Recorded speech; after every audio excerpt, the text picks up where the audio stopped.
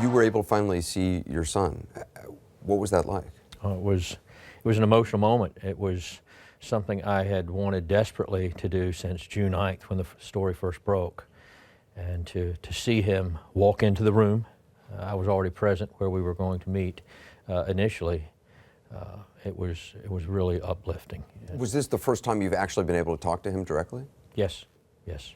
I'm not going to obviously ask you details about where he's staying, or even if you knew that, because I don't want to, obviously, you don't want to do anything that's going to endanger his safety or locate him. But what can you say about his life there? I think it's very good. I was persistent in saying, Ed, I don't want you to tell me what you think I want to hear.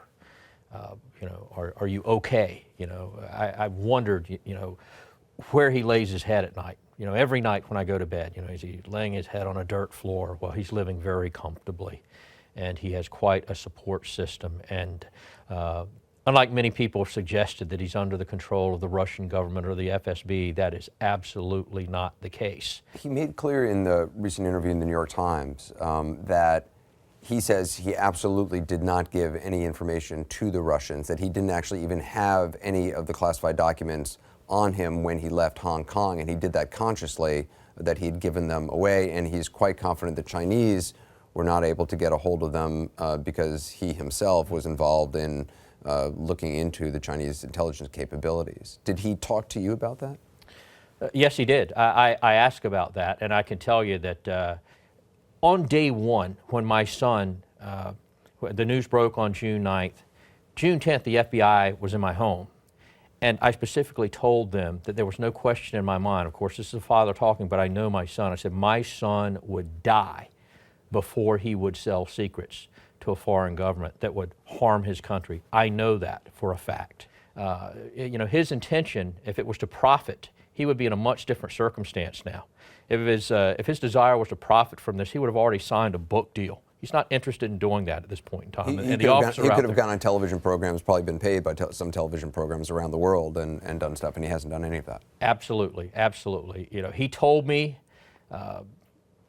through other communications long ago, and again, as Dad, I did not do this to be safe.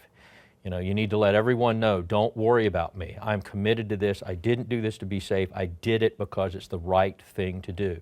I could not live with what I've been exposed to, live the rest of his life with that, knowing that he did not share that. Does he have any regrets at this point? He said he has absolutely no regrets, none. It sounds like your son, or that the information your son has given to Glenn Greenwald and others, that there is still a lot more still to come. I mean, Glenn Greenwald said it on this program just, I think it was last night, saying there's a lot more information he is still going through, a lot more information that will surprise a lot of people. Right, Glenn has that. My understanding, the New York Times has information, ProPublica, the Guardian. So yes, my understanding is there is much, much more to come. There are a lot of people out there who still believe your son committed treason. Your son has done something which has done real damage to the real interest of the United States of America. After seeing him, what do you say to those people? What I would say to them is, you have a right to your opinion, but I would ask that you make sure that it's an informed opinion. And the problem is at this point is they don't have all the facts, nor do I. But I know that I've spent hours upon hours every day researching articles, vetting the truth, researching companies. There's far more to this that's going to be touched. Are you proud of your son? I am absolutely proud of my son. Proud of him, it could bring me to tears. I'm so proud of my son because I know what he sacrificed. I know who he is. I held him as a child. He's the same person.